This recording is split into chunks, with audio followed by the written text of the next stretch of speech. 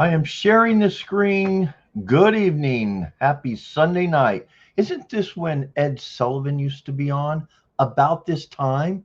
Well, it's 5 o'clock here in Arizona, and looks like them. Yeah, I always check to see if my mic's working. But I think the show came on at 6 or 7 on Sunday night, or was that The Wonderful World of Disney? I don't know. Let me go back here. There we go. Let me know in the comments whether you are, yes. Hey, Brad, North Carolina. You know, my kids just moved. Well, my daughter and son-in-law just went to moved to the Raleigh area.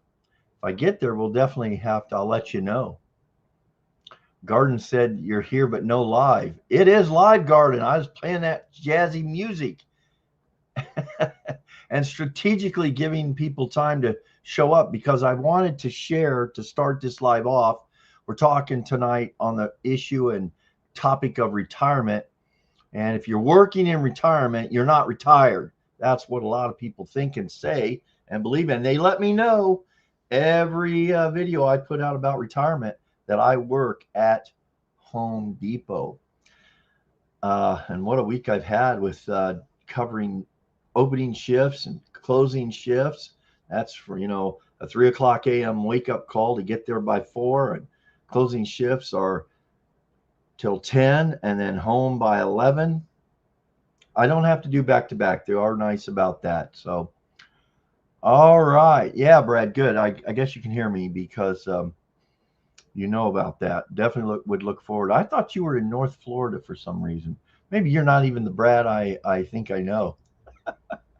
Anyway, all right, great. I'm going to start. I almost forgot about this. Last live, which was 2 weeks ago, I said, or I took guesses on when I visited Houston, who did I go to see? I took this trip to Houston. I was visiting my kids in Austin. And I said, who did I go to see in Houston? And no one guessed it right. No one was even close. I'm going to reveal that now because of one of my great, hey, D, one of my great subscribers brought that to my attention after the live in the school group, SKOOL. I don't know why I have to say that, but said, hey, I was there the whole time and you never revealed who it was that you went to see. And I think D was maybe the one that mentioned it, thriving in retirement. And do not share, D, yet. If there anyone here, we've got a few people here. Who would I have gone to see? I don't believe in bucket lists, but I consider this a bucket list type of thing. Hang on, I got to move my fan. Just a little bit here. Oh, this is such a good.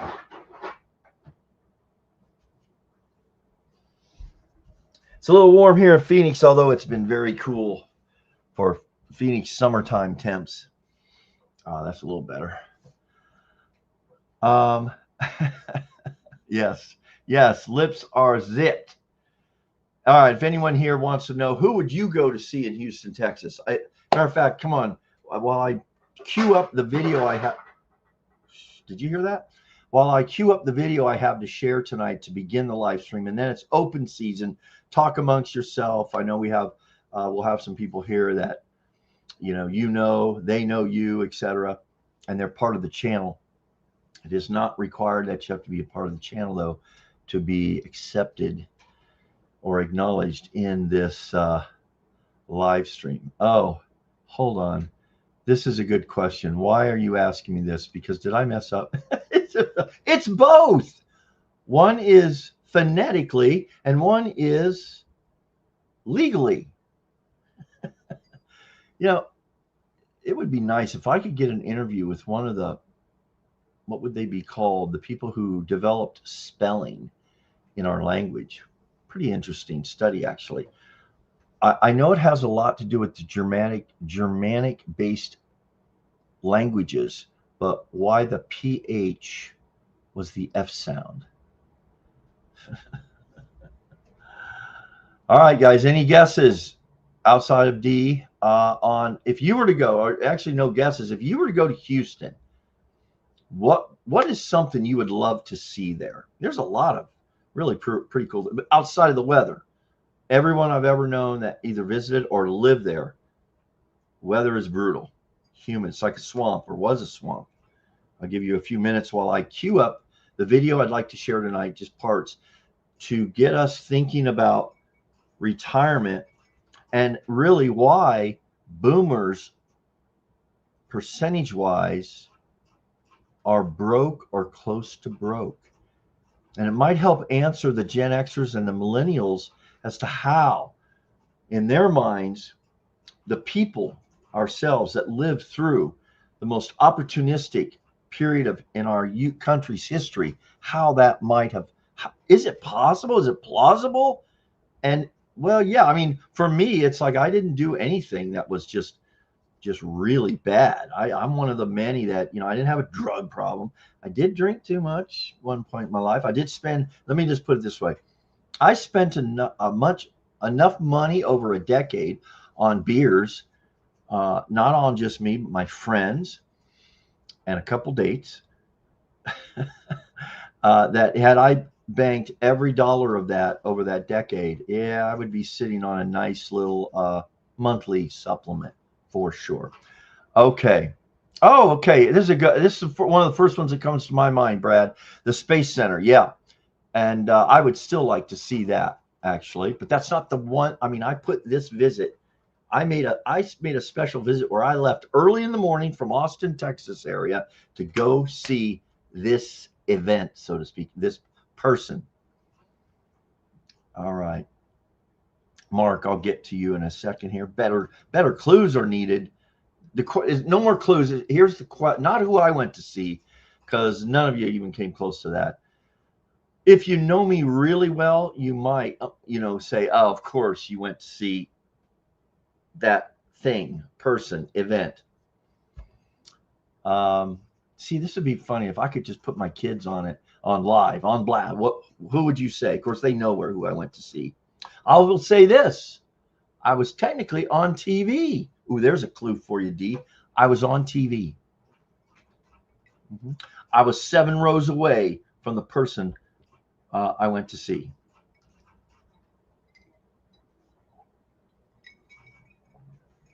All right, a couple more. I know this is probably the most people. There's almost 20 people here, I think, this early. Watch, they'll all drop off now. That's okay. We're here to talk retirement. I've got the video queued up. I'm only going to show parts of it because I want you to go watch this young person. Very intelligent guy. I saw this video in the last year. I saved it, was able to look it up tonight. I want to just play parts of it because when you listen to it, maybe I like it so much because it's like, yeah, that's why we're broke, or that's why we didn't end up where we thought we'd end up. That's why the numbers we have saved, why we may not have any savings. This is such an intellectual, I believe, fact-based explanation as to why over 50% of boomers, 20% are flat out broke, have nothing saved. I think it's 20, it depends on what these things say. 26%, literally nothing. 50% plus to 60 kind of need to supplement income, and then only maybe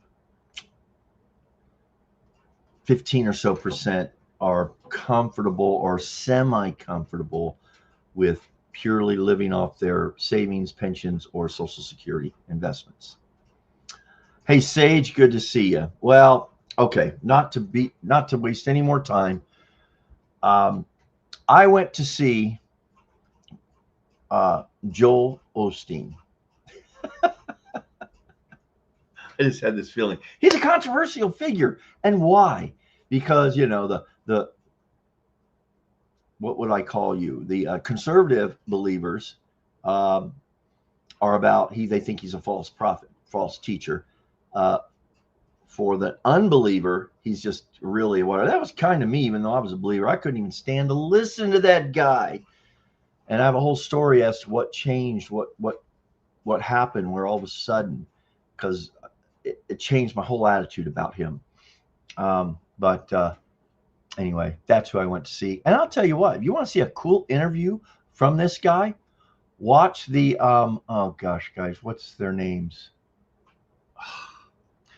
One of them, they're brothers. One of them's a fighter, just fought Tyson. It was a total sham. And Jake Paul, he just interviewed him, I believe, in Houston. Excellent interview, man. Excellent interview. And what a really a great job. All right. So real quick, let's see a couple of you here. Great to see everybody. Oh, this guy, yeah, he's here. All right. What's this? That's not easy on your feet all day, I'm sure, especially. It isn't. It isn't. Matter of fact, one of the things I will point out tonight is that in the last 30 days, there have been 3 people 60, probably as old as me, or 65 to 70 years of age, 3 brand new people this week. And they're all part-time, and one of them was saying about he couldn't believe how hard it was on his body after a 4-hour shift. I was there 5 years ago. I was like, oh my gosh, I remember thinking there's no way I could do this job on a concrete floor. We did have mats at the service desk area. There's no way I could do this job 8 hours a day, 5 days a week, 40 hours a week, whatever. But guess what? That's kind of what I'm doing now. So that was pretty cool. All right, there's D, and what do we got here? I've seen someone write, Phil, on a comment to you is why I asked. No Houston for me. I hate the heat. Yeah, Houston, I don't think I'd want to live there, although I've heard the northern area, it's affordable, it's beautiful, pretty nice. Hey, Mark, and the rest of you, I hope your Sunday's going great. Fantastic. A Michigander, awesome. Better, okay, I'm kind of backtracking here a little too far. There's Sage. Sage is a channel regular and supporter for sure. Probably most Americans cannot even survive $1,000 emergency without putting that. Oh, that's a good point, Mark. That was me. I do have that now. I survived my cat's almost $1,000 emergency multiple vet visits. I had I'm glad I didn't know it up front, but there was a very positive prognosis for her survival and the sore she had on her leg, which I kind of was responsible for, but she's a great little cat, and that's cool. Yes, that's right, Elgin. I'm the best. That sounds like a brown noser right there. Oh, Elgin, I'm glad you checked in. Good to have you here, Okay, guys, so let me go to this video, share my screen. I think I got this down, man. I'm beginning to get comfortable with this here. Here we go. Share screen. We're going to go here. The real reasons boomers are retiring. How's that look there? Okay, good. So here's the guy. And I just want to play a few parts of this. This is Austin Williams. The topic or the title of this is The Real Reason Boomers Are Retiring Broke. Let's just listen to a little bit of this, because I really think this is an important part of understanding why we are where we're at. And let me say, more importantly and more concerning to me, is why our kids are where they're at, and what a struggle it is for them. And then I don't even want to think about my grandkids. By then, this world will look so different. I don't think there's anything today that will resemble what you could advise them to do to prepare for their retirement. There's people out there saying with AI, there's going to be that universal basic income. It's going to be, the world is, it's going to change like never before. All right, let's listen to this a little bit. 53% of Americans 55 to 64 had nothing saved for retirement. And for those who did manage to save, it isn't much. The median retirement balance for boomers is $202,000, and under the 4% rule, that's $670 a month. Add in Social Security and subtract Medicare, they have a total of $2,316 a month to live on. And that right there, guys, is that 4% rule. That's what they would have going forward as far as a safe amount. If they had $200,000 saved, Social Security of $1,800 a month, etc. That's what they would have safely going forward to live on.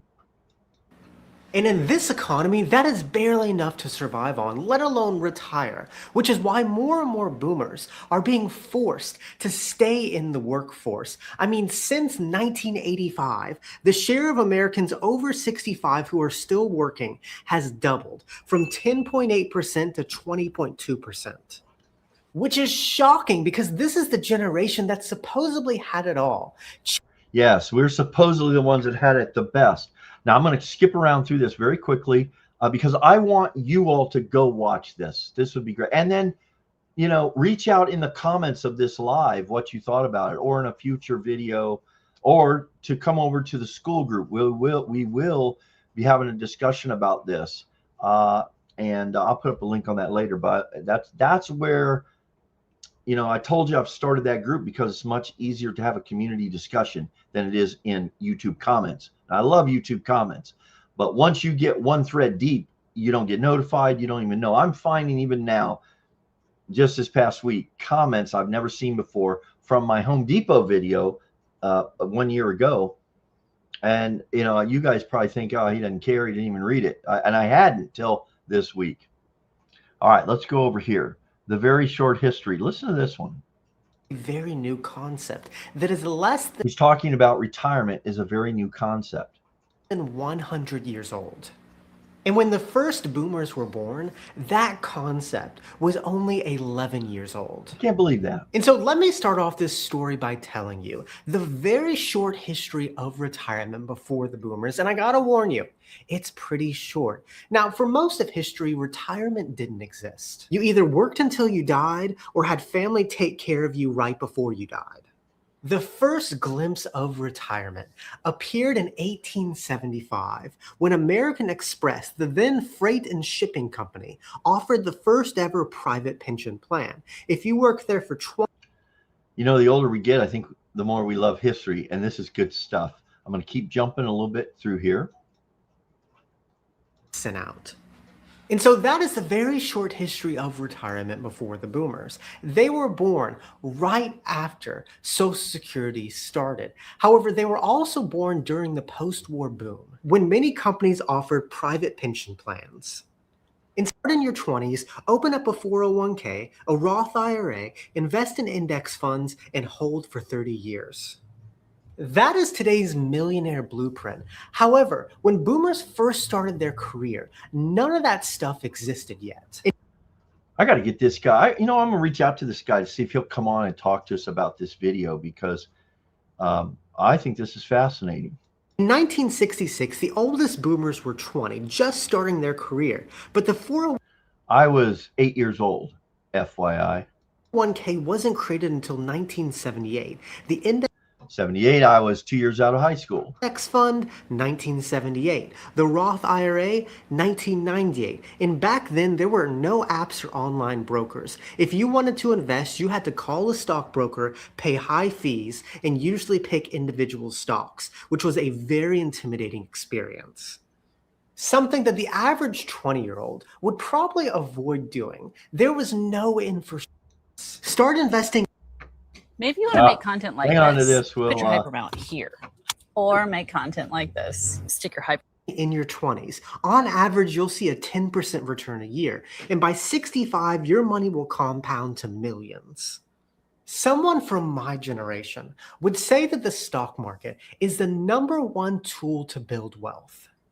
And the reason that we'd say that is because throughout our adult lives, the market has consistently gone up. In fact, 20-year-old boomer invests $1,000 in 1966. By 1982, with inflation calculated, it would be worth around $500. Get that, guys? It was pretty tough to time the market. Matter of fact, real quick, well, the thought has escaped me. I'll come back to this.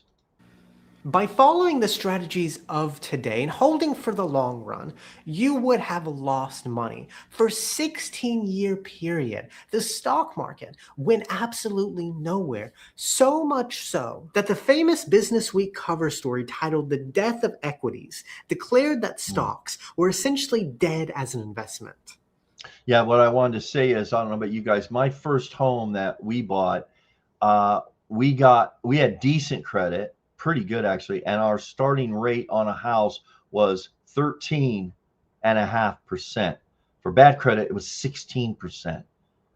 Can you imagine? People are complaining now it's 7-8%, but you know, it's all 6-7, 13.5%.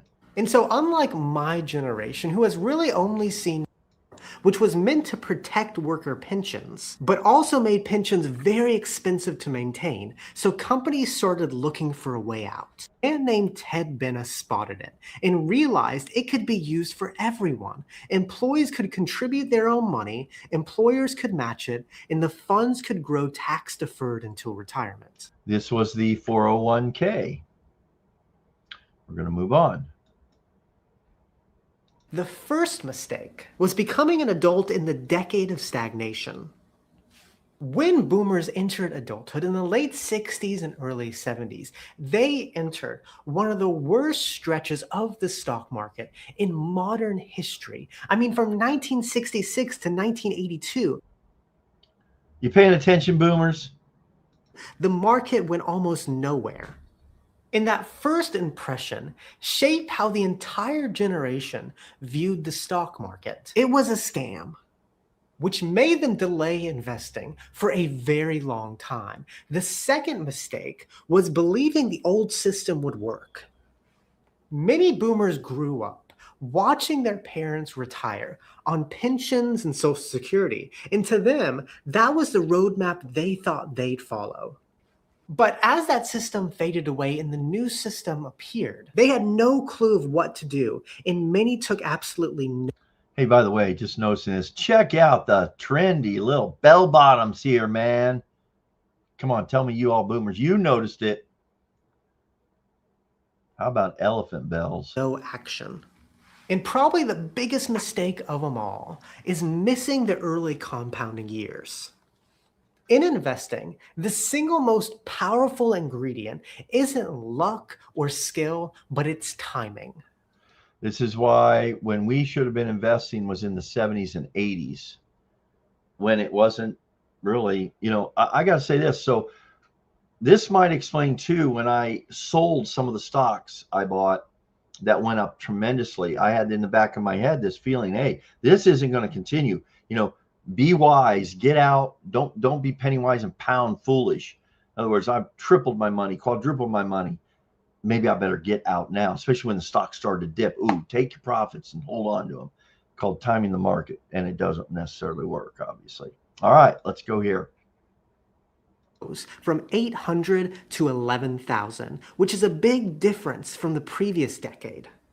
And suddenly, the story flipped. As the 80s went on, boomers saw the market go up year after year after year. And what once looked like a scam now looked like a money-making machine. And by the late 80s, the 401k was finally mainstream. Companies offered matches, and workers began to view them as a promising path to retirement. And because of this, still at a huge disadvantage. In 1990, the oldest boomers were 44, and so they lost the benefits of early compounding. And on top of that, they were midlife, juggling kids, mortgages, and high expenses, making it nearly impossible to save aggressively to catch up. But to make up for lost time, I'm going to come back to this, guys, because this is where I was at with a lower income. Because my big question to people out there is, what were you earning during those years? I was just above the poverty level. Well, and that's not to cry about it, but that's the fact. School teachers in my area, we were just above the poverty level, about 20% above it. I did a little calculation before the live tonight. But so anyway, here we are, having kids. And by the way, those cars right here, I wasn't driving. I was driving more like this red one, a little a little Mazda GLC. Many went heavy in risky, high-growth stocks to chase the boom. For the first time, boomers believed that they had cracked the code to retiring rich. But the cruel irony is once this generation finally trusted the market, is the same moment it was about to betray them. Chapter 7, the 1-2 punch. This professional 32 TW SSD, capable of holding the entire collection of the New York Public Library, is something you won't find at Best Buy or any electronics retailer, even if you were willing to drop. By the year 2000, the stock market reached record highs. From 1990 to 2000, the Dow surged 285%, while the tech-heavy NASDAQ skyrocketed more than 1,000%. To many, it seemed like there was finally an equation to retirement, but by March of 2000, reality finally caught up. The NASDAQ lost 78% of its value over the next 2 years, and the Dow fell by 38%. And for boomers in their 40s and 50s, that meant their 401ks were cut in half overnight. And this moment once again changed their view of the stock market. The belief that the market only went up disappeared. I got scammed, guys. And if that weren't enough, just as the market was getting ready to recover, they were hit by the second blow in 2008 with the Great Recession. Yeah. In the year 2008, the oldest boomers were 62 at retirement age, and the market was at about the point it was in 2000. And they were hoping for another bull run like they saw in the 90s, and they could retire comfortably. Saw their 401ks crash and struggled to find work in what should have been their peak earning years. I mean, I was 15 when this happened, and this was the year that my dad lost his job. My mom's company was cut by 75%. My parents got divorced. They both cashed out their Boomers, can you believe this? We had it. Well, we lived the best lives, didn't we? Now I'm going to come back to this for you millennials and Gen Xers, because I think your life is it could be very similar. Hang in there. 401ks. One declared bankruptcy, and they both struggled for years that followed. These weren't just market corrections, but it was the 1-2 punch that destroyed many boomers' dreams of retiring. Chapter 8, Too Little, Too Late. Here we go. Which only produces 2010, there we go. It wasn't looking good for them. For the boomers with retirement accounts, the median balance was about $100,000, which only produces $333 a month in retirement. Although many were left with nothing due to losing it all in the 2 crashes. And at this point in life, it was too little too late to catch up. The compounding window had closed, they had high expenses, their wages stagnated, and they faced job insecurity. And to cope with this, many are working past the age of 65, downsizing their homes, delaying Social Security, and working part-time jobs in retirement. However, in 2025, they're facing an even bigger problem. Chapter 9, Too Old to Work, Too Broke to Retire. In 2025, boomers are between the age of 61 and 79, so they're all at retirement age. And sadly, many of them are at the point in their careers where nobody wants to hire them. They're too old to work, but too broke to retire. Many of them are being pushed out of career-level jobs, and because Social Security isn't enough to cover their expenses, look at their complete story. You realize they weren't so lucky. They started their careers in a 16-year stagnated market, saw the old retirement roadmap disappear, were forced to put their faith in the market, had it knock them down back to back, and are now entering old age with nothing. And so the question is, what do we do with this information? Well, I'll tell you what we do. We drown our sorrows. So I'm going to go now to the comments, and this is what I think. You know, I really encourage. I'll get a link to this video. I'll share it in school. I'll share it after this live uploads. I'll pin a comment for this video. I'm telling you, and this guy, I've watched many other of his videos. He is you know what? He's not 100% right, but I don't know. This guy has a talent for taking a big picture and putting it into an understandable walk, so to speak. Now, I want to add this little key to it. One of the things he didn't really get into the weeds on, because overall, this is a great picture of what happened. And that is this. For those of us, one of my top questions when I see people comment, you know, you're still working, you're a loser. I had one, and you know, these are good people, I think, mostly, because when I say, well, yeah. What my question to them is, what did you make in your career? Because, and this isn't a criticism, and this is just reality. I chose a profession despite being advised by numerous people, especially professional people in my parents' sphere, saying he doesn't want to go. Why is he going into teaching, man? He doesn't want to go into teaching. And you know, in the long run, they're right. You're not, you know, now I know teachers that ended up just fine for the most part, but it was tough, you know. And so what I want to say is, so you know what? You know what number one reason I didn't lose in those huge downturns? Because I didn't have the money to invest. You know, I was just trying to have a decent home that we had bought in a decent neighborhood. Yes, we probably overspent a little bit for it. We were the smallest home in the neighborhood, just so you know. It was a middle-class neighborhood. It wasn't an upper class. The upper class in my district, my area with the school district I taught in, they had the big money, you know. That's Colorado. I could go into that in more detail. You would say, oh, Phil, you lived in the, you know, the kind of the lower class. And yeah, you're right. And I lived in the simplest house, the cheapest house in my neighborhood of new builds.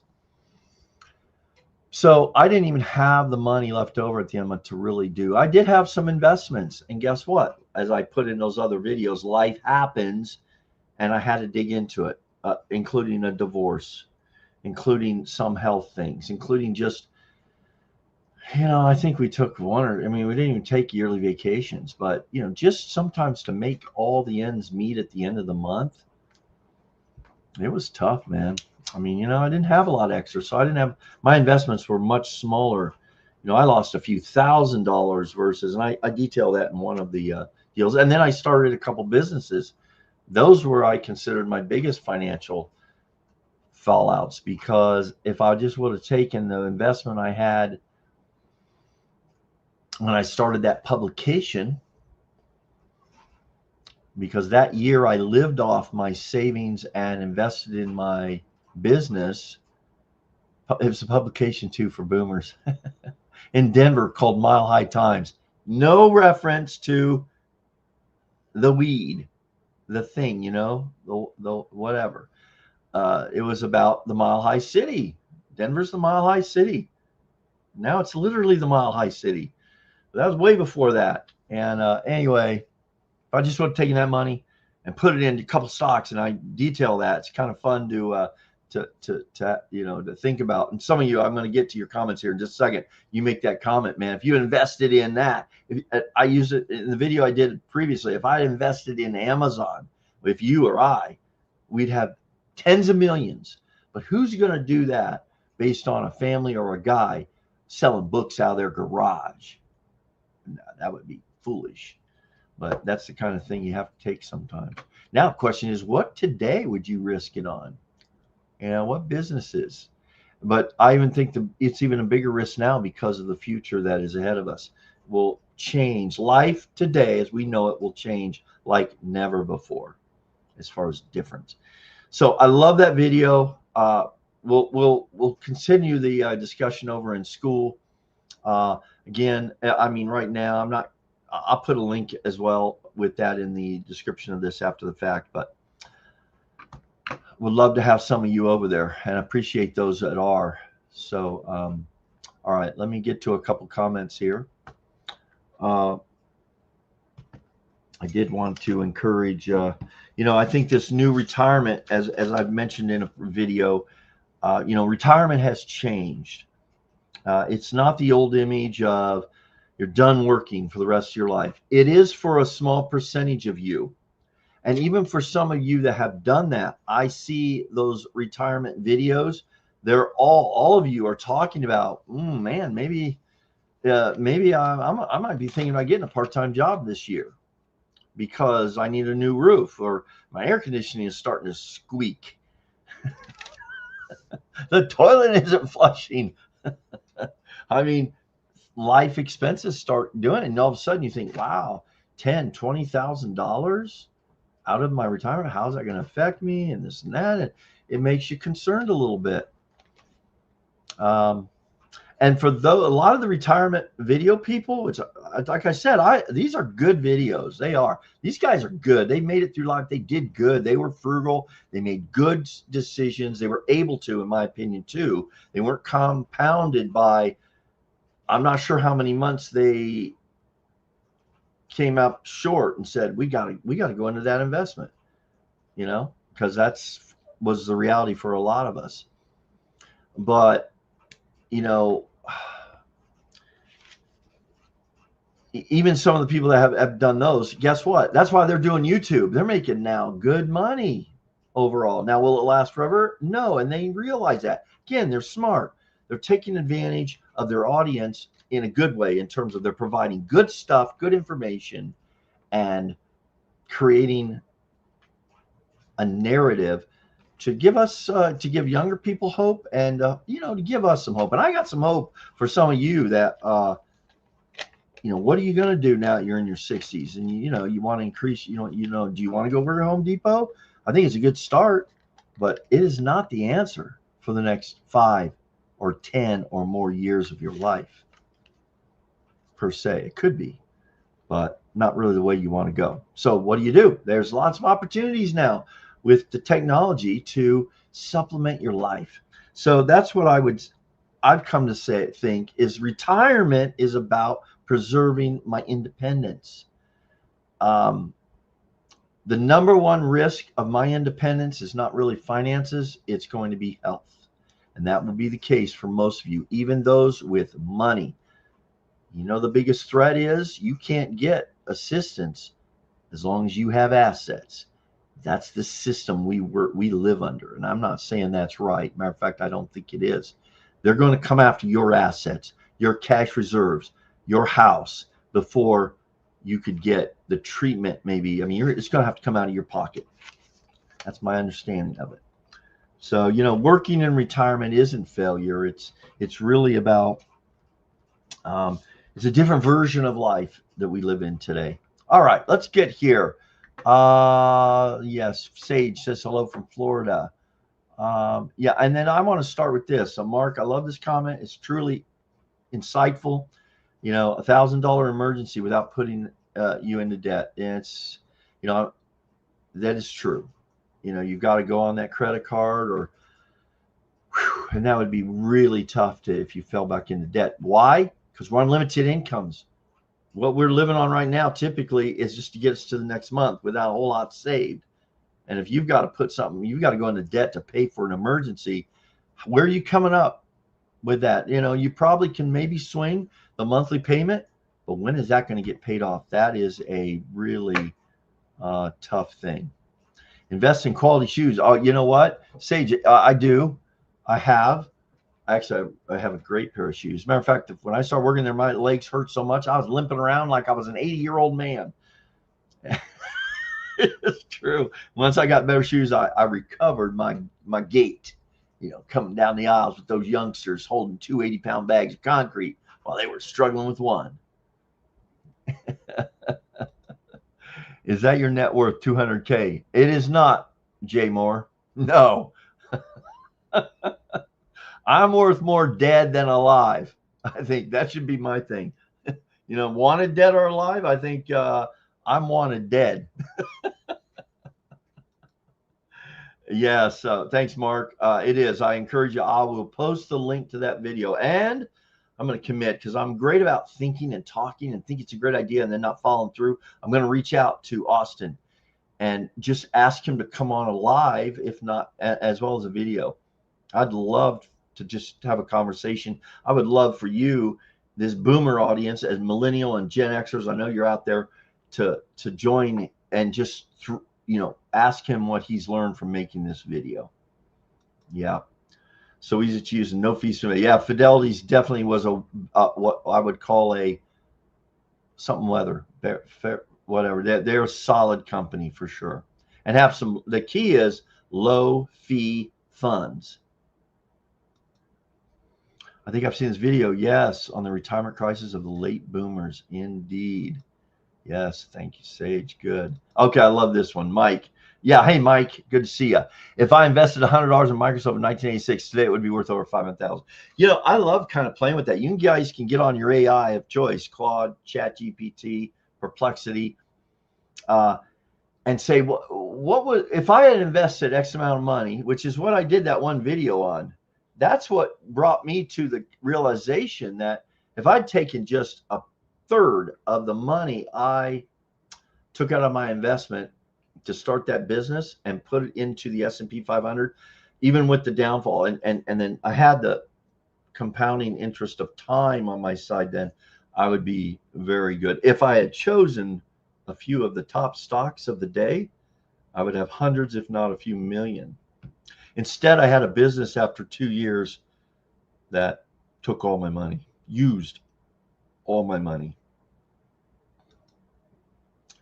Mike, the sad thing, I bought way too many Microsoft products back then, building my personal, oh yeah, Mark, personal PCs. If I'd only invested versus buying, lessons learned. Yeah, great point. This is resembling of like in the gold rush era. The people that made the most money weren't the gold prospectors. You probably have heard about this. If you haven't, here's the reality. The people that made the money in the gold rush years were the people that sold the picks and axes and shovels. Yeah. Yeah. By the way, Mark, I had this wild hair idea when I went down to pick up my M4, which I love. I started talking to the guys down there, and I thought, wouldn't it be fun to build a kind of a power computer, a PC? And I could do it for about $1,000 to $1,500. Again, I'm not going to do that yet, but I have plans. That's one of my goals in my life, my later years. Take that money, do a YouTube series, so I'll earn some money on it, and build my perfect computer in the PC world, even though I think the computers in the Mac world are the bomb. I wasn't financially literate enough to invest in the agent. Yeah, I wasn't either, but I listened to good people, and they all told me the things that, the 401ks or the Roth IRA. I listened to a lot of different people talking about these things. And yeah. Mark said, I wish I bought some Royal Caribbean. You're talking about you wanted to buy it when it dropped. Oh yeah, at the bottom. But you know what? You don't know. At that time, they were talking about these major cruise lines like Carnival and Royal Caribbean going out of business, going bankrupt. So hindsight's 2020. Everybody's an expert. That's close to our economic downturn story, except we stayed together and we didn't lose the house or file for bankruptcy. Yeah.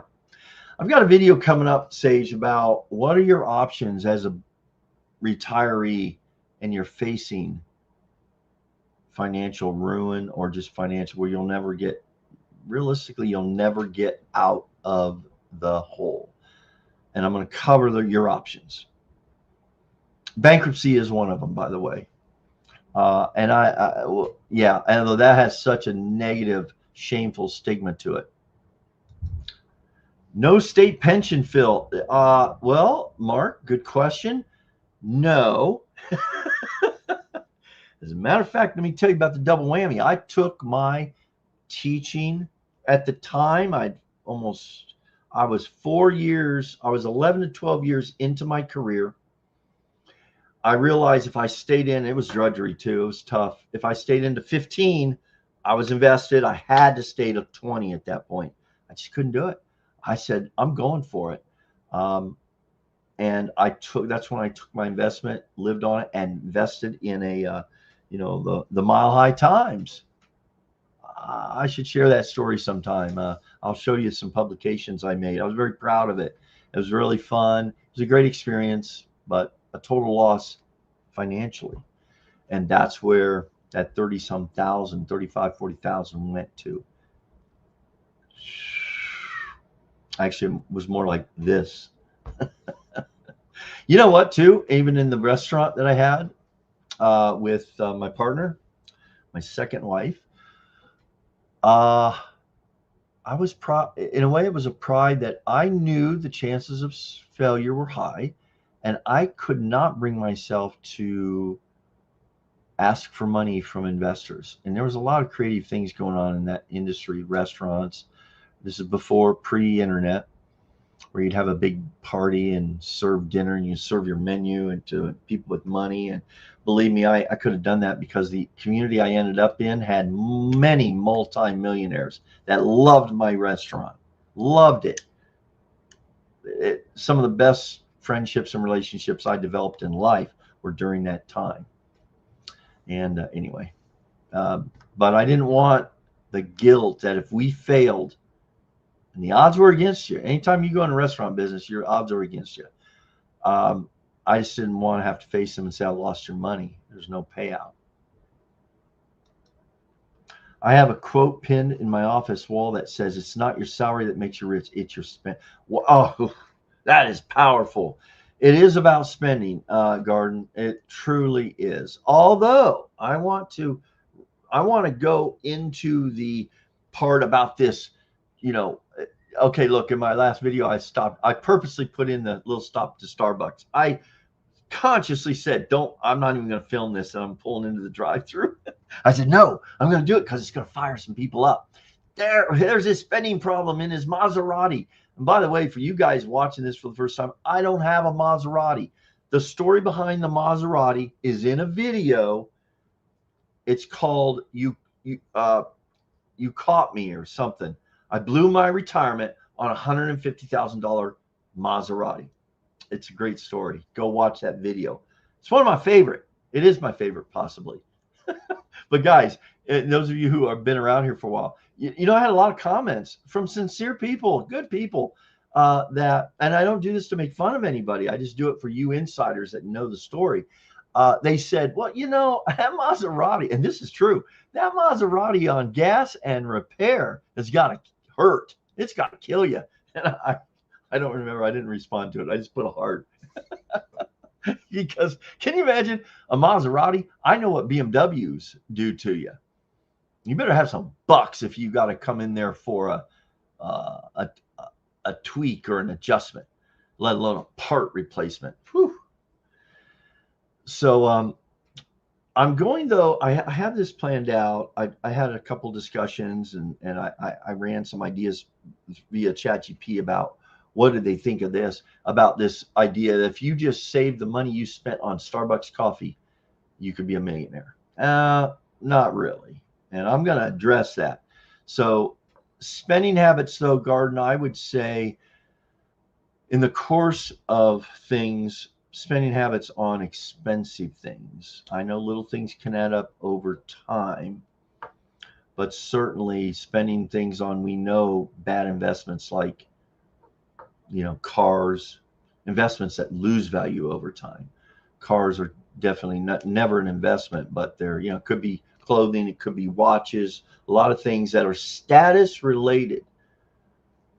I think we could make a really good list that if you avoided the things that were status related, you're going to be ahead of the game.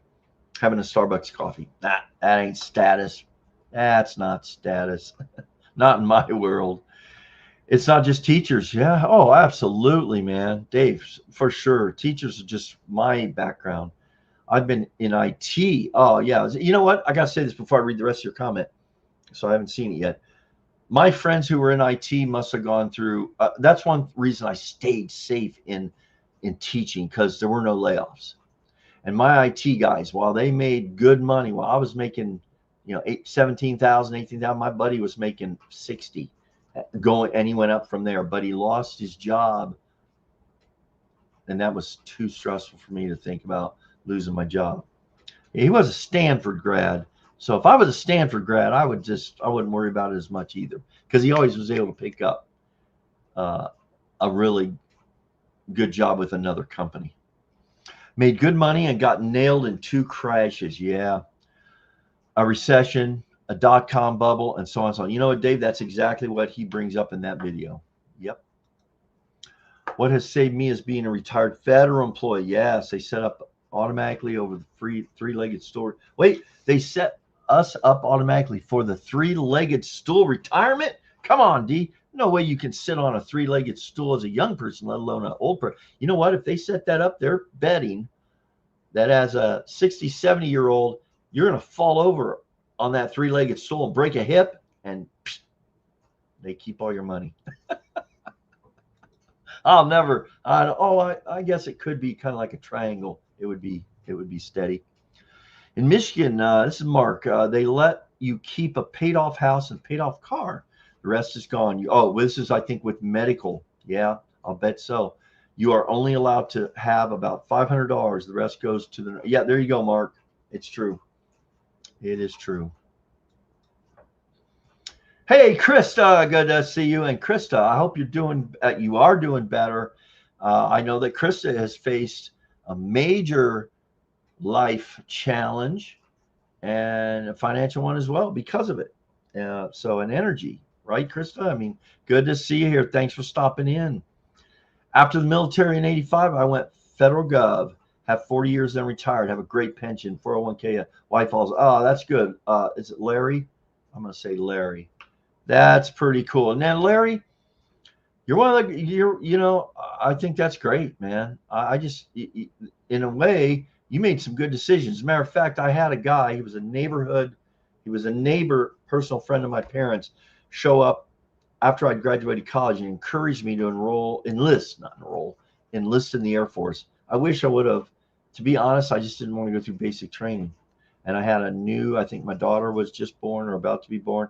Yeah, I didn't want to, but Mr. Courier was a great man, and great stories with that family and our family. But had I done that, things would be different, I guarantee. Larry says, when we were broke, when the kids were small, but kept investing to get the government match.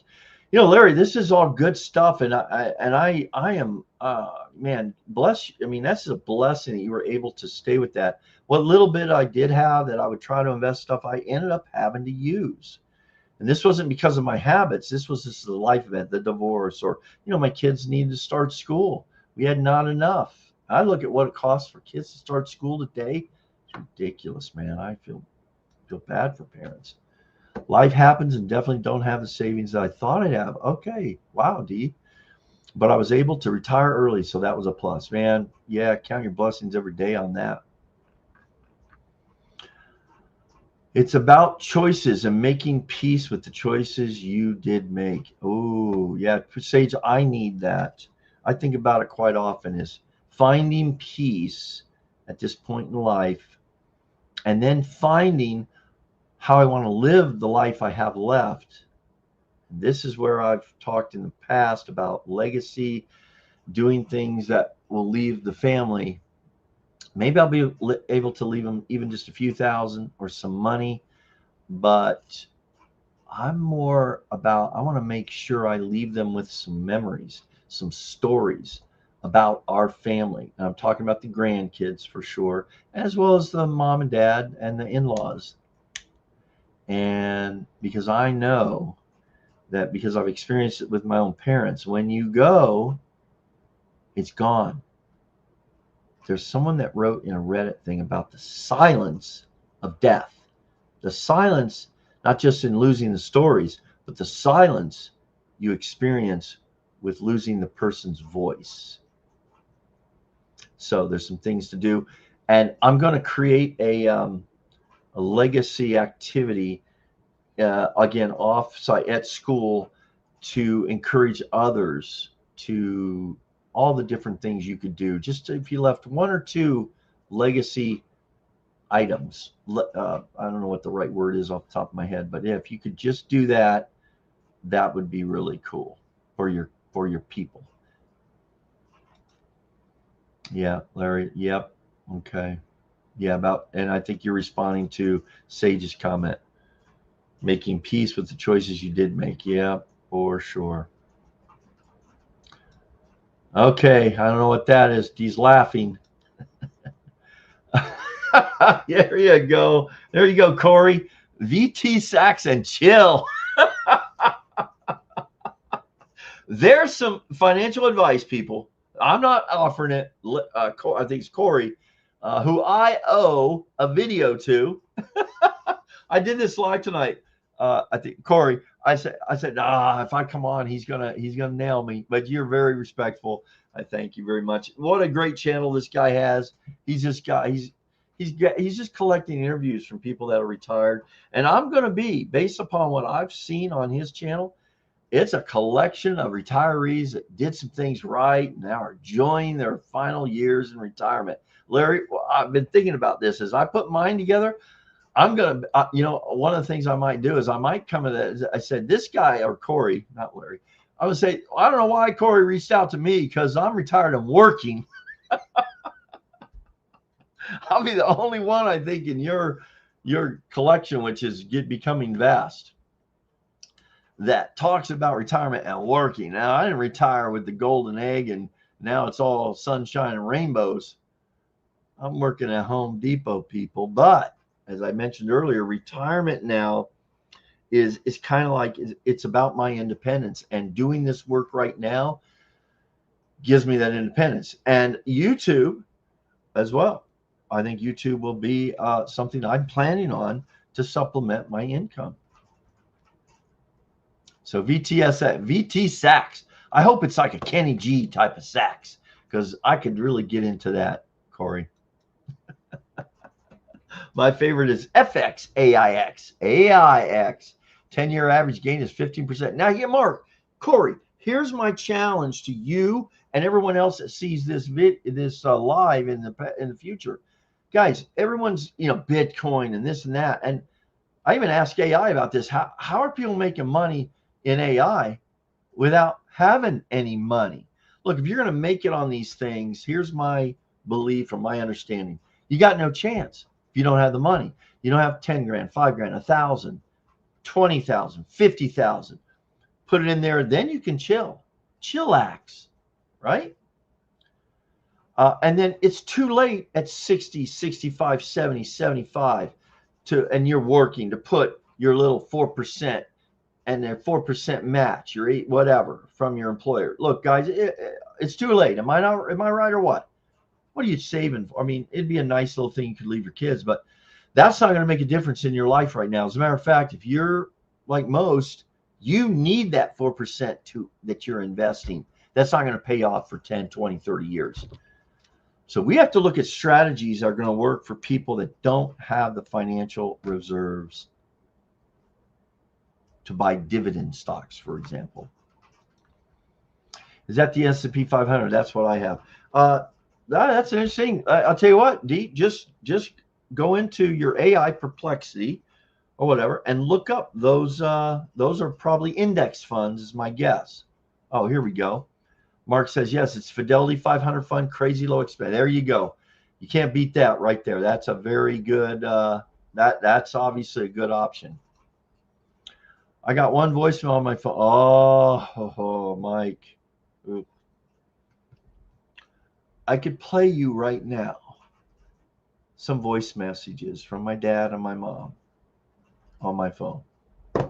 And let me tell you this, Mike, back that up, because there's a chance you change phones or just for whatever happens, you lose that voice message. Back it up. A couple different places. Yeah. Yes, we do that because I mentioned this in another time. You lose the voice. Man, that's a loss that number one, you'll never replace, but yeah. All right. My current savings going to CDs. Yeah, Yeah, and actually, that's a much safer. I think there should be. Look, especially the older you get. I'll tell you what. We just saw it in that video. I just showed a part of it, and you need to watch the whole thing, guys. We are at all-time highs in the market. I'm not so certain that's ever a good thing to do. You got to be very careful. What if you go into a stock index fund even, and we go into a 8, 10, 15-year adjustment period? It can happen. You know why I know it can happen? It's happened multiple times over the last 50, 60 years. And he points that out during the boomer great years of 2000, 1990s, 2000, whatever. I'm going to blame the cats on that one. So if your money went in after that, pretty good, because it's all upside from there for years. But up until that point, and you lost it all. And that's the challenge of being a senior and being very careful about, if you have money, putting it into this kind of crazy, out of control stock market. Yeah, be very careful. You know what I've learned? Like Buffett, who's now retired, they're sitting on the biggest cash reserves I think they have ever had. What does that mean? They're not in the market. Like, they're waiting to go into the market when there's a huge correction. So yeah, and again, I think these stock funds they mentioned are the way to go. That's what I would do, but not necessarily at my age and with the money but little money I have right now. Your money will not keep up with inflation in CDs. This is true. If you are close to retirement, you should have 1 to 2 years in cash and the rest in equities just to keep up. Yeah, Mark, I mean, definitely consider it, but this is not financial advice. My investments are up in the S&P. Yeah, indeed, just right there, because the S&P 500 right now, they're at all-time highs. All-time highs. If your investments aren't up right now, get rid of whatever you're doing and the people advising you. But my current savings that I put away each month go into 4% interest. I am already retired. That's good. Yeah. Yep. Well, I have caught up with all of the comments. We are at just over an hour. This has been a fun little time together. Again, I will post that video. It's food for thought. Guys, I come here representing the majority of retirees that don't have enough to where they have to work still. Now, I will share this at the end of my live. What's my plan? Well, I'm like, the last month, I talked about the first year about building the runway over the course of this year and being able to, my plan is then to leave Home Depot, although it's nice, everything's going good. There's always lots of turnover there. You never know when, whatever. When I say turnover, some voluntary, some involuntary. But it's like, I want to create some courses, I guess you would say. Number one, my YouTube channel. That's part of my retirement. And for the near future, I think that's very possible. I am monetized. I have been, I didn't meet the threshold of $100 a month, just so you know, for the last 3 months. So I've got nothing from YouTube, but I wasn't doing really anything video-wise. I was rethinking a lot of things. This next month, I'll get $100 some, $180, something like that. But yeah, I can build this now. If I wanted to do, if you know YouTube creators that are posting videos every single day, that's because they're only making a little bit and they're hoping to hit a big one, which they do. I'm not really wanting to do that. I want to try to put out videos that, resonate. And if you do it every day, I don't have enough talent probably to put out a video every day that resonates. Maybe once in a while, if I could put out at least 4 to 6 a month, I'd be happy with that. The next video on my agenda that I hope to get out Tuesday, no promises, is about, what is it about? Let's see here. Hold on, Sage. I'm going to get to your comment. That's a good one. It's about what in the world, guys? See, this is my problem. If there are any boomers still watching, if you're still awake, you'll relate to this. But the next video, oh my gosh.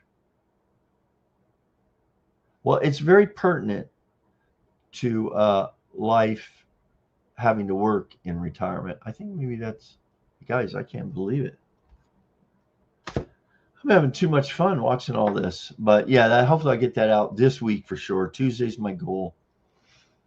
And then I'm going to continue. I think my niche that I found is topics related to working in retirement or retirement in general, but not what to do in retirement, or not retirement updates to my investments, because basically they're non-existent. I've got to make retirement. It's about how I'm choosing, how I'm going to succeed staying in with my independence. You know, I started the channel with the theme, making the best of the way things have turned out, and it will continue with that. And the best that I can expect right now is to maintain and protect my independence. Even though my dream is for one of my kids or both of my kids' family to get a compound, to buy 5, 10, 40 acres. And I want an Elon Musk little home. They come like this and then they just all fold out. I want them, you know, and then I want to be a short walk where my grandgirls can deliver my coffee and my grandson can come and shoot basketballs with me. That would be the way to spend every day, while encouraging you for YouTube. And if you're thinking about doing YouTube, come over. It's free. I am going to do a section that has direct access, that you want to ask me specifically what I think of things, what I think is a lot of BS out there, in my opinion, what I think is the direction, which changes regularly, of doing YouTube. That's going to be that part. Yeah, what an ideal retirement that would be. I'd love it. My grandgirls bringing me coffee, or my grandson. Or hey, I'll teach my grandgirls a few things or two about shooting basketballs. What do we got here? Yeah, Sage, what's this? You have the wrong mindset about 401k. It's not too late in life to start. I'm open to that. I have heard about that. But now, Sage, I've had a heart event 7 years ago. I think my days are not. If I can make it past the government actuary tables, I'm going to be so far ahead. And that's like 73, 74, 75 years old. I contribute 6% in the 6%. Yeah. You know, I kind of regret I started out and then I stopped doing the match at Home Depot. I think that's always a smart thing. I just stopped, and there's some reasons for that I could do it now, but you know, I'm really trying to exit the Home Depot job this year and replacing what I need between my Social Security and what I would need to just meet the minimum. The biggest expense by doing that would be my Medicare, over $200 a month with the BCG or whatever, FU plan, whatever they got going. You got to pick that up. Okay. So, but I think I can, you know, between YouTube income, which is definitely a viable job right now, guys, for the foreseeable future. So if you're, like I said, if you're thinking of doing it, man, let's drop in and let's talk about that. I would be nothing but encouraging you to do that. But yeah, that match is really good stuff. Sage, you're right, 100%. I'm messing up a little bit on that, but again, I just don't know how many days I have, so I'm trying to make the best today. Working after retiring. Okay, D, I'm not sure. I know you're throwing that in there. Yeah, working after retirement. That's what this has been about. What about one video every Sunday? Okay.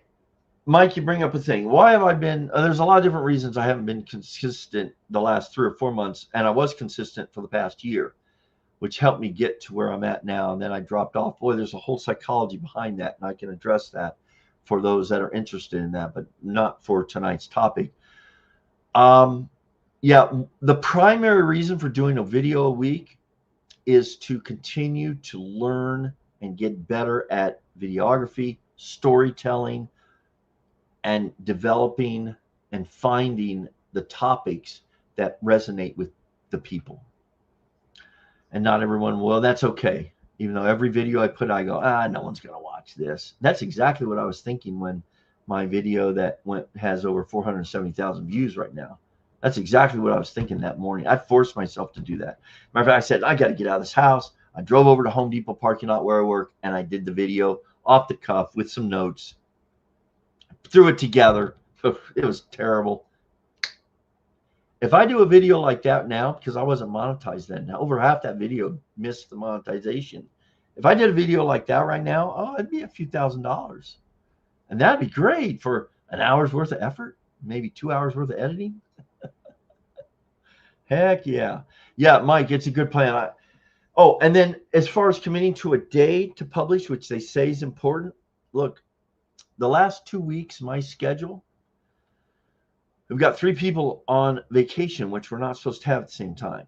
And so I'm the guy filling in the morning shifts, meaning I get up at 3 in the morning to get there by 4 and then work till 12:30. And then I'm taking a 3-4 hour nap, which is good because I'm only getting about 2-3 hours of sleep. Why? I'm on this closing schedule for the last 4 years of the 5 I've worked there, coming up on 5. So I can't get to sleep before 11:30 at night. I start watching my favorite YouTubers, and I can't get sleep. Some of you.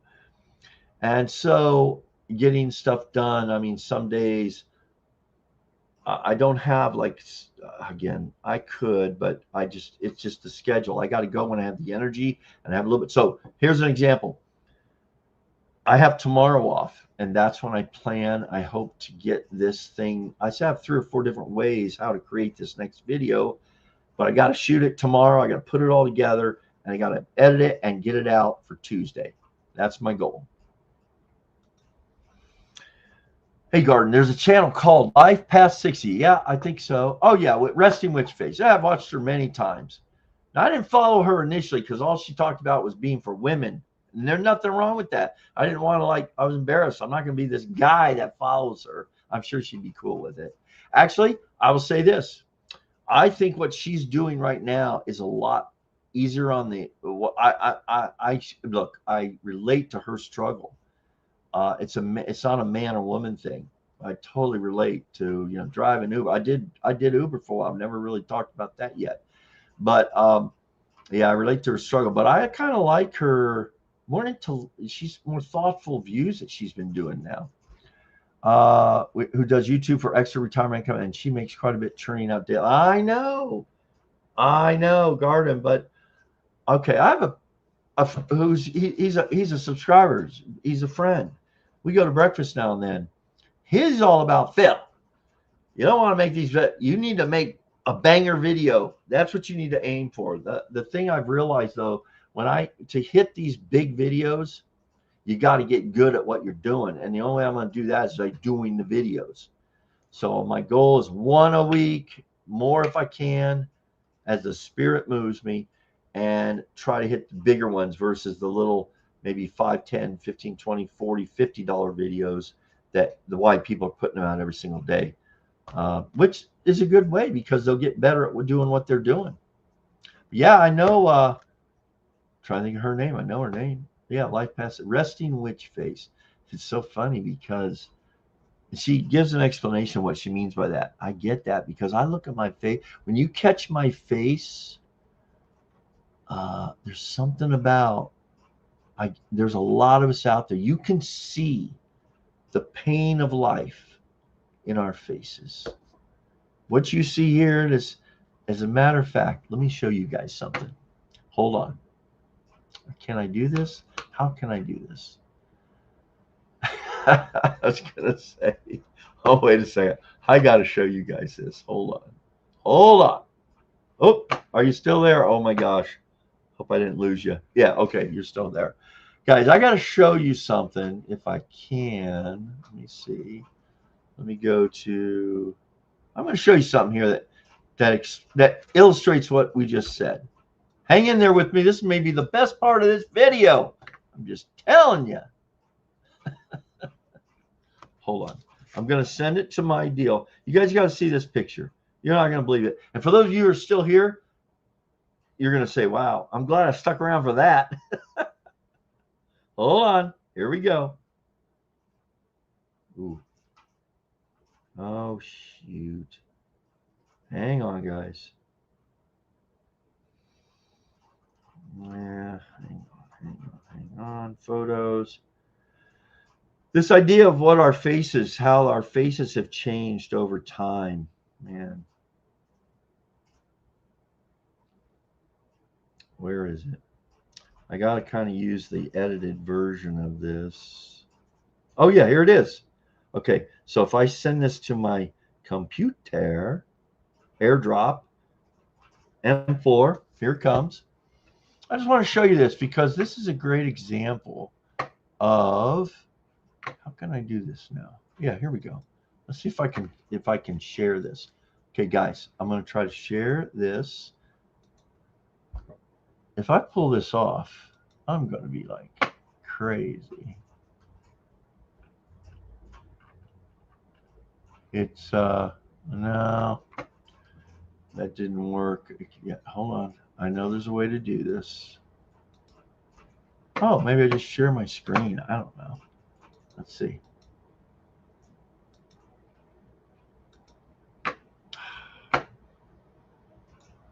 Hang on. What if I share my entire screen? Oh, come on. I'm not quite. Let's see how I can do this, guys. I'll edit this out in the future. So this is a picture of me 30 some years ago.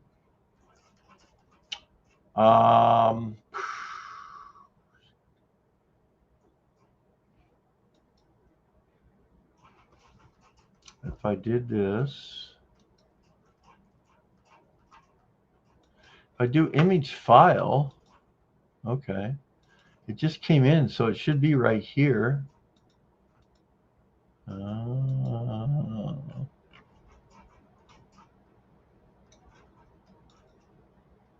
looking. Oh, here it is, guys. Here we go. This is going to be. Oh my gosh! It just popped up on my screen. Can you guys see this? Now look at this. I'm normally kind of frowning this, and look at this guy.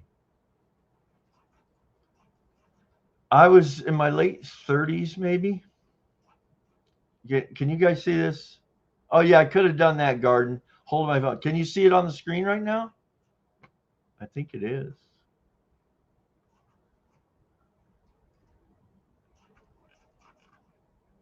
I'm seeing here. Let me get this. All right. I think I'm sharing it. This is in Puerto Vallarta on a cruise. Let me know. Just say yes if you can see this. Okay. Yeah. Sage. Dude. My friend, I just changed this to my new picture on because, you know, it is an unfiltered picture, people. This was taken by the crew on this little cruise in Puerto Vallarta, and they come around and put all this on every guy's head. Because why? Because they want you to buy the picture. We bought the picture, obviously. I'm not even going to share these comments. Keep them clean in there. Yeah. Yeah, Mark. Okay. Notice, Mark. Yeah, look at this, man. I just look at the white teeth. Look at this, and look at. I'm happy that, I mean, at least this was a fun trip. Now this hair wasn't quite. My granddaughter, when she saw this picture here recently, she said, "Now I know where I get my curls," and she does have hair like this. But this is like humidity. And even now, if I were to grow it out, whatever, it would look okay because it gets kind of curly.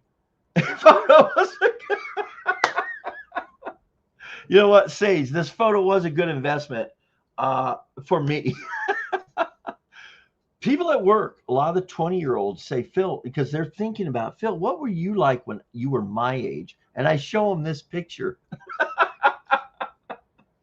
And they go, what? I said, look at what can happen to you in 40 years. Now here I am. Oh, is it still there? Yeah. Hey, guys, is this straight? Did I put it on straight tonight? That's an old 8th grade joke I used to tell my kids. All right, enough of this. Get this off of here. I do not allow this anymore. Hold on. How do I do this? Oh, shoot. Oh, no. How do I get rid of this, guys? Oh, jeez. Let me see if I just delete it. Oh, my gosh. I can't get rid of it. Screen share. You guys, I'm trying to end. I may have to end the stream. What the heck? Oh my goodness. Oh, here we go. Oh, that's how I do it. There we go. The little things you'll learn. You know, StreamYard, I still use the free version, but I really, I'm getting comfortable with doing stuff with it. That was an ice cube. That's what I was going to ask you guys. Tonight's question, knowing me, what is in my cup? This, by the way, was a gift. And from a person in my past life. And it's a good memory. Let's get, this is a good, I'm going to stay at some of these. But hey, guys, the whole point of that picture was, you know, resting witch face. I look at hers, I see me in her face, and it's the trials of life, the stresses, and I see those lines right there. Those are natural. This is the stuff that, you know, I often get people say, hey Phil, what's wrong? And that's when I know they look at my face, it doesn't look happy,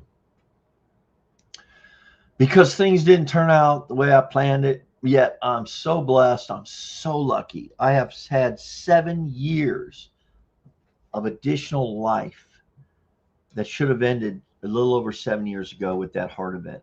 I'm very lucky. And it's like, then I beat myself up a little bit and go, have I made the most of the 7 years that I've had? Yes, I have overall. I have. So, you know what? Real retirees. Corey, your comment tonight it's one of my favorite. Invest in whatever you said and chill. You know what? You should have said, Phil, invest in this and get me the video. There it is. VT Sachs and get me the video. Okay, we'll do that. Doggone it. All right, let me get, there's a couple comments here I wanted to just go here. Oh yeah, the voicemail by Mike. Great. I love it. Okay. All right. There you go. Yeah, Sage, I appreciate that thing. It's not too late. You know, I may, if I get to an abundance period where I have a little bit, I could put away, and then knowing that, you know, the 401k would be given to the kids, the family. Yeah, I think that would be really good.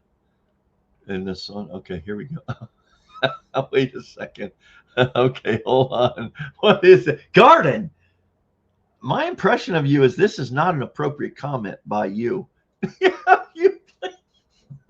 Hey, wait. I think that sounds like a future live. That would be fun. The FU plan. I like it.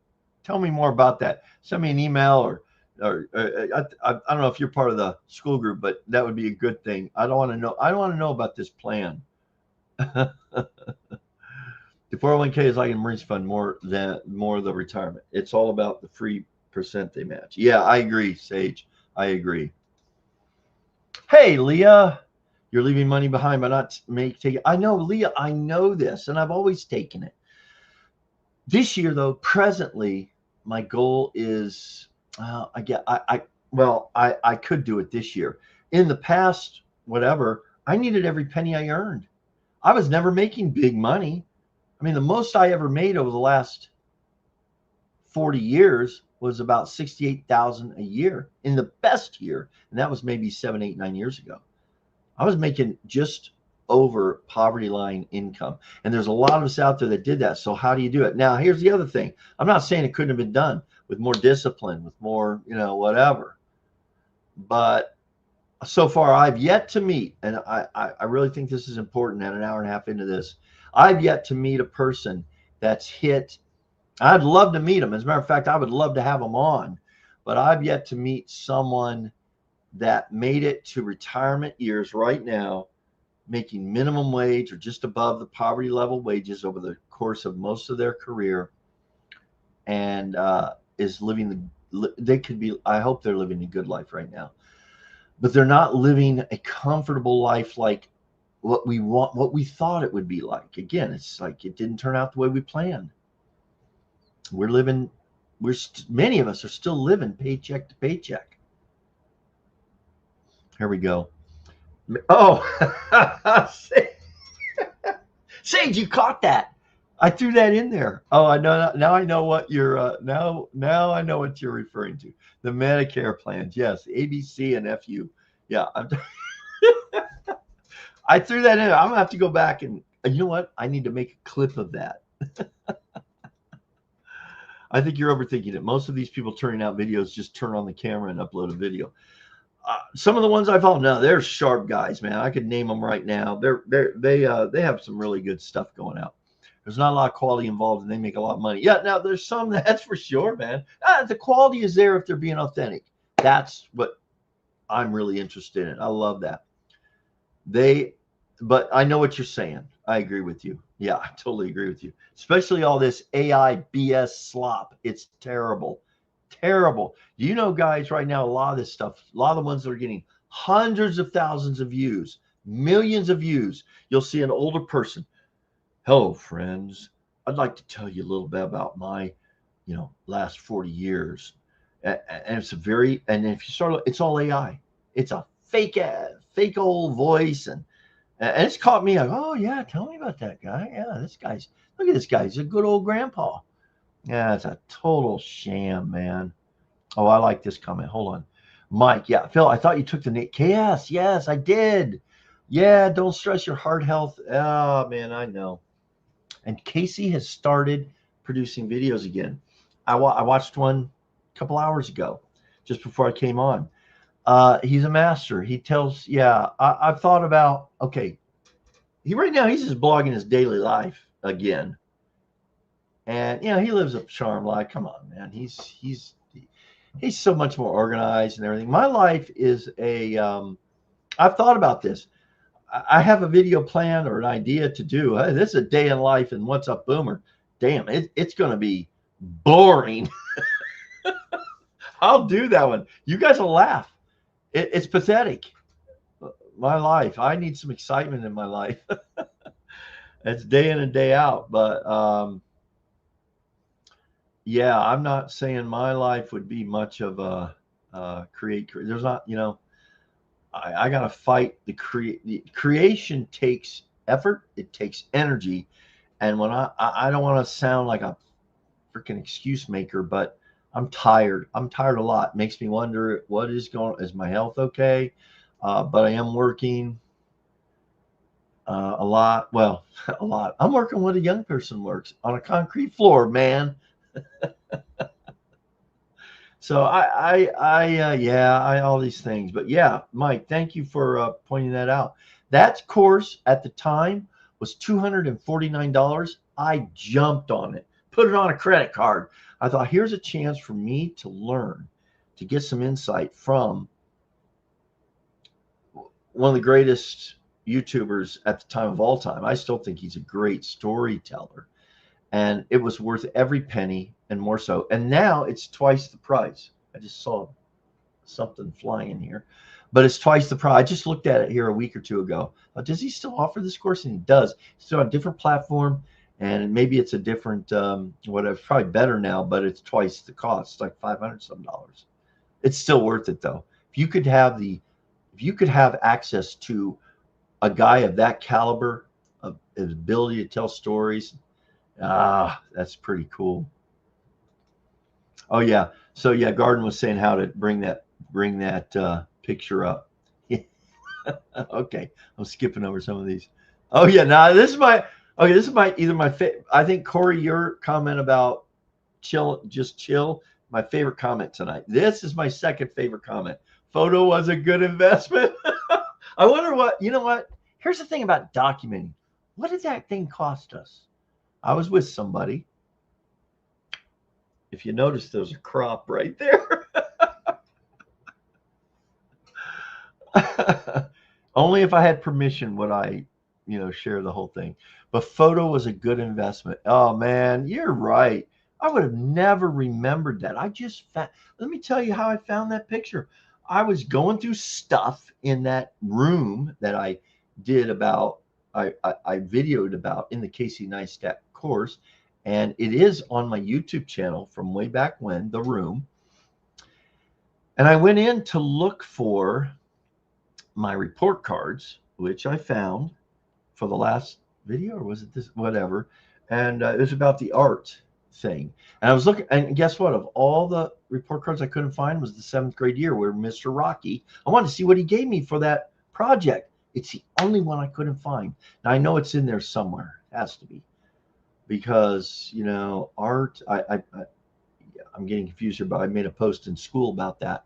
I wonder what he gave me, because he pointed out from a teacher in the 3rd grade that humiliated me about my art because I was copying Becky's bear, and then to now doing some sketching, and learning that from Danny Gregory, sketchbook school, that sketching is about copying what's in front of you. Pretty cool stuff. And and he pointed out in my book thing how cool this thing was that I tried to fix. But what I was trying to fix to make it more perfect was the very thing, the imperfect, that he thought was the best thing about my project. Anyway. Okay, hold on. What's this about? Mushroom coffee? I don't know, Sage. I'm a little behind here. I'm sorry. Mushroom coffee. Oh, what's in my cup? In every other live I've done, it was mushroom coffee, or likely mushroom coffee. Not tonight. But there is a coffee component to this. Something cold with some ice. 100%. No, you were talking about Medicare with the ABC or FU plan. Okay. Good thing it's all recorded. I'll go back and check it out, Garden. All right, where are we at? What's this one? Super sticker. Wait. Oh my God, Mark. Why should I know you? Probably for one McDonald's senior coffee. Okay, let me tell you something, Mark. I'm not a McDonald's coffee fan. I can't say I've given it a fair try, but I'll tell you what. I'm going to take $2 in this next week, even though YouTube takes their share. But that's okay. This is great, Mark. Thank you so much. I'm a big believer in what's the trite little saying? It's the thought that counts. The thought does count. This is cool. This will go get me a McDonald's senior coffee. I'm making a video about this, Mark. And I'm gonna give you everybody raves about McDonald's coffee. So yes. Wait, so Dee, did you give me a super sticker? Dee's already bought me a coffee. Dee, stop it. Maybe I could do that. Just I could share these funds of buying coffee with you guys. That's very cool. All right. Once again, we have hit there's still 20 plus people on here. A lot of you didn't say anything. That's cool. I'm normally not one to say anything either. Okay, hold on. I'm a senior coffee age this month. Wow. It's $1 at our local McDonald's. Mark, I don't know if you have a YouTube channel. Again, Mark, have you been a member of, or I assume you're a subscriber? If not, as a matter of fact, as we end this live, would you all who are here just jump in and say why you joined the live tonight?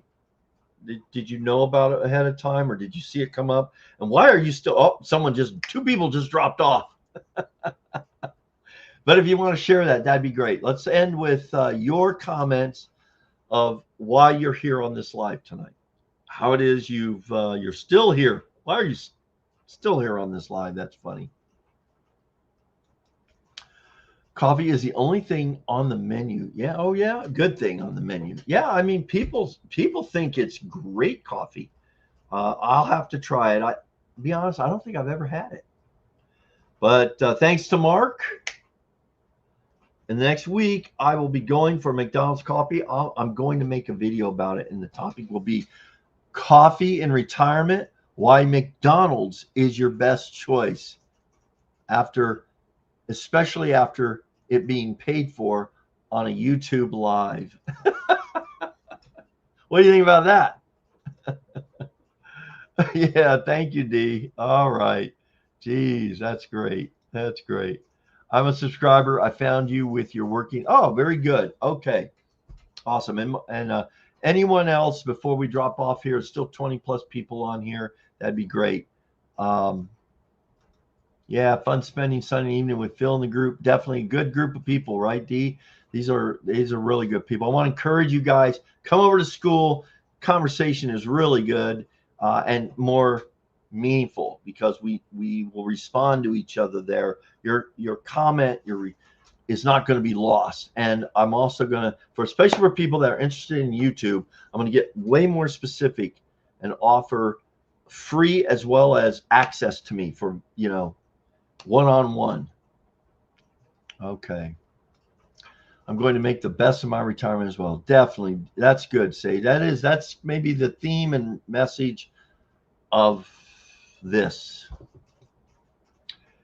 Hey, Dave. I know Dave's a regular here to hear the boomer stories. So many can tell. So many we can all relate to. Yeah. Hey, that's actually a good idea, Dave, is to do a boomer story night. Boomer story hour, where we select the boomers to bring us a story. That would actually be a good little deal there. I like that. Judes, hey Judes, thank you for popping in there. But yes to what? Yes, while you're here, but yes to hearing boomer stories. Maybe I'm going to give it just 2 more minutes. We'll just hang out with my cold ice cube kind of coffee related beverage. That just recalled the Adam the Woo, who talked about how he started much of his he was quite the YouTuber, never heard of him until he passed, and then the thousands, tens of thousands of people responding to that event, and then finding out who he was and how much he just dedicated his life to just doing YouTube and sharing his life and his adventures. And he had, I think, 1 million followers overall. It's pretty cool. Just make some videos, boomer movie reviews. Mike, I'm not a big movie goer. Never have been. I could probably cover in 3 videos, all the movies I've ever seen in my life. Probably the best story is when my mom and dad dropped me downtown Lima, Ohio at a theater to watch Mary Poppins, I think of it. And they got me early and they said, now go in there. And I remember them saying, now they brought me off with like maybe 20 minutes left in the movie. So I went into the movie theater and sat there and they said, don't leave, whatever. I didn't understand. I was like, this is like 8, 9 years old. I'm by myself. They went out to shop or do whatever. It's like middle of the day. And they dropped me off in the movie. This would never happen today. I go into the movie. I sit down. I'm looking around. It's the end of the movie. And then the movie ends. Everybody gets up and walks out. I do too. I get up and I walk out. Then I waited for them. No one in the movie theater said, hey, little boy, were you here to watch the movie here? Come in and sit down. It's going to start again here in 15 minutes. No, I sat there and waited for them in the lobby for like 2 hours. That's kind of what I remember. And I remember getting picked up. I remember my mom saying, did you like the movie? I said, well, it ended. What, you didn't stay for the movie? And I was like, yeah, whatever. Irish coffee with whiskey. No, I am Irish or Scottish based on me in 23. But no, but you know what, Sage, tonight, because I have tomorrow off, I did imbibe with something with ice, coffee related, and kind of delicious. It was a nice change. It's only one, well, two. I've had two.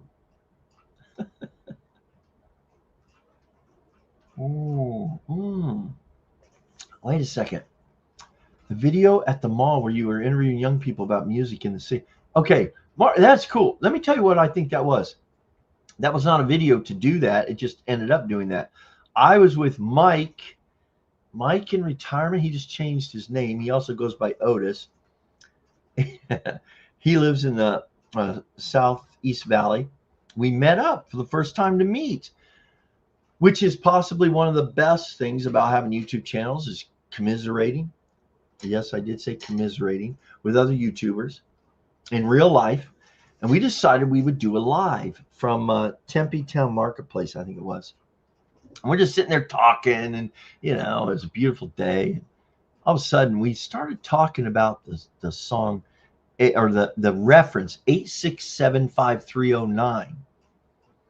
And I do this at work all the time. Just this past week, I see these young people, I go, what does this mean to you? I don't know. These are obvious, iconic, cultural points. And as 8675309, we should do a live. If you can't tell me the right answer to that reference, 8675309, you're out. We need to block them. They're not our people. So we start, Mark, if that was the one, that's when we start asking people. And it was funny. And it's always like amazing. They have no clue. And that's not saying anything bad. That just really shows an interesting thing about life. My time, they have no relationship with. And guess what? I have no relationship with their time, which is one of the best things about working in retirement, is having these relationships. You know, the one I shared recently about Juan, who AI'd my car being crunched in the parking lot. We got him back today. His cohort, who's a really good guy, young guy, 19 years old, 17 years old. I said, hey, Ivan, I said, let's put, I've always threatened Juan, I'm going to put a cart. There are a lot guys. They're amazing. They do, you know, you can tell they're going to be big successes because in the little things, they do outstanding work. They have our lot looking phenomenal every day. You walk through our lot, if Juan and Ivan are working, you come into Home Depot and say, man, this is a nice looking place. It's organized. Everything's in their place. That's what they do on the outside. So I told Ivan, I said, listen, let's get Juan today. Take a cart way out to the farthest region of the parking lot. It's 95 plus degrees. I said, and you two, they're always working together. They're funny. And we'll make a note. So we made a note. I said to Juan, and I call him the Juan, Juan, Juan, and I put the in parentheses or underline it in front of his name on the schedule, etc. And so on the top, I folded a piece of paper. I said, to the Juan, good job. Ha, ha, ha, ha. And I signed it, and Ivan signed it. And so he went out there. Of course, they showed up when he found it, and you know, he thought he got a kick out of it. But anyways, yeah, doing things with young people is it's a good thing to stay connected, and working in retirement helps you keep connected. Okay, Mark.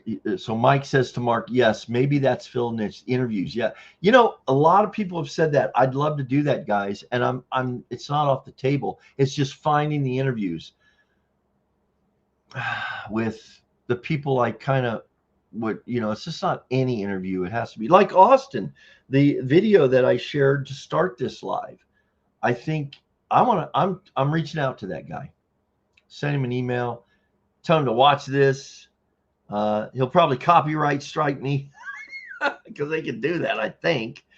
But yeah, what a great video he has. And it's definitely, you know, again, I'm going to post this, you know, for people that are still here or whatever, say, what's this video he's talking about? But yeah, I like talk. Yeah, that's coming to some degree. Maybe it morphs. Corey, who has the unretired whatever thing, he shows up here every time now. I'm supposed to do one for him, and I haven't done it yet. That was the joke about when he said to invest in this and chill.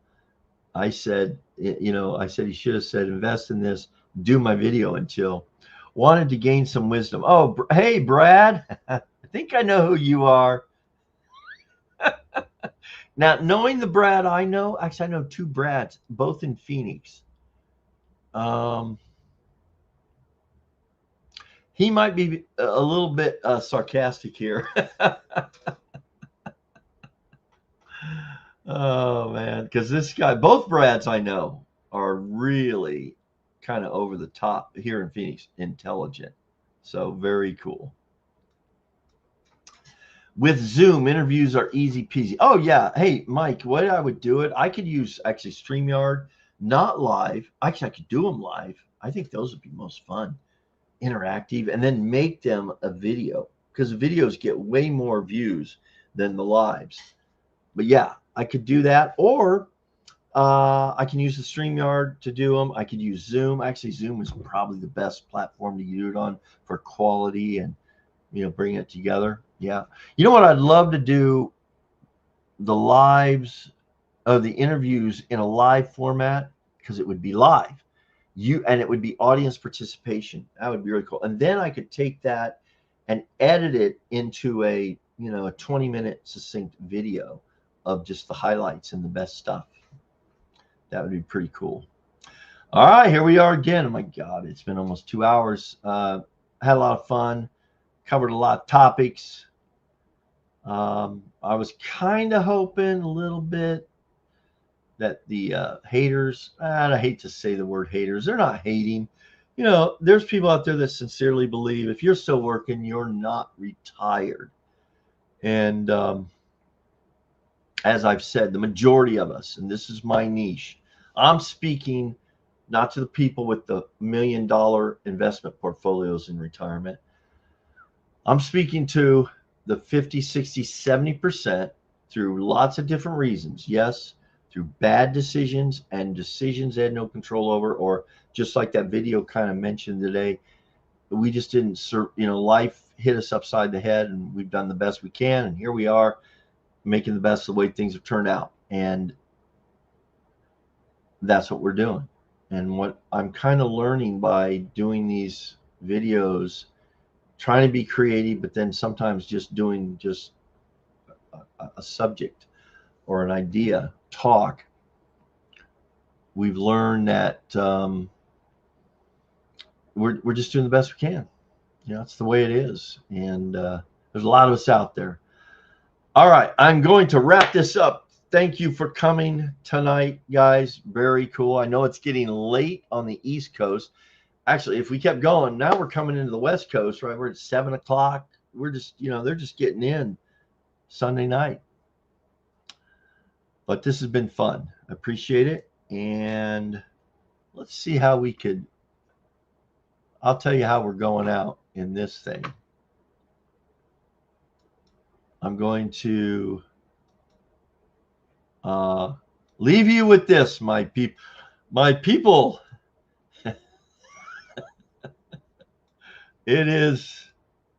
I leave you with this final observation.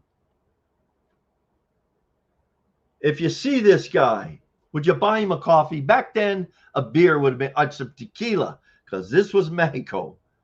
I tell you what, thank you guys for showing up. There's a happy camper. No stress. Look, see that? No lines. They're there now. They're indented to where you can really feel it. Sage, thank you. Talk to you later. End of stream.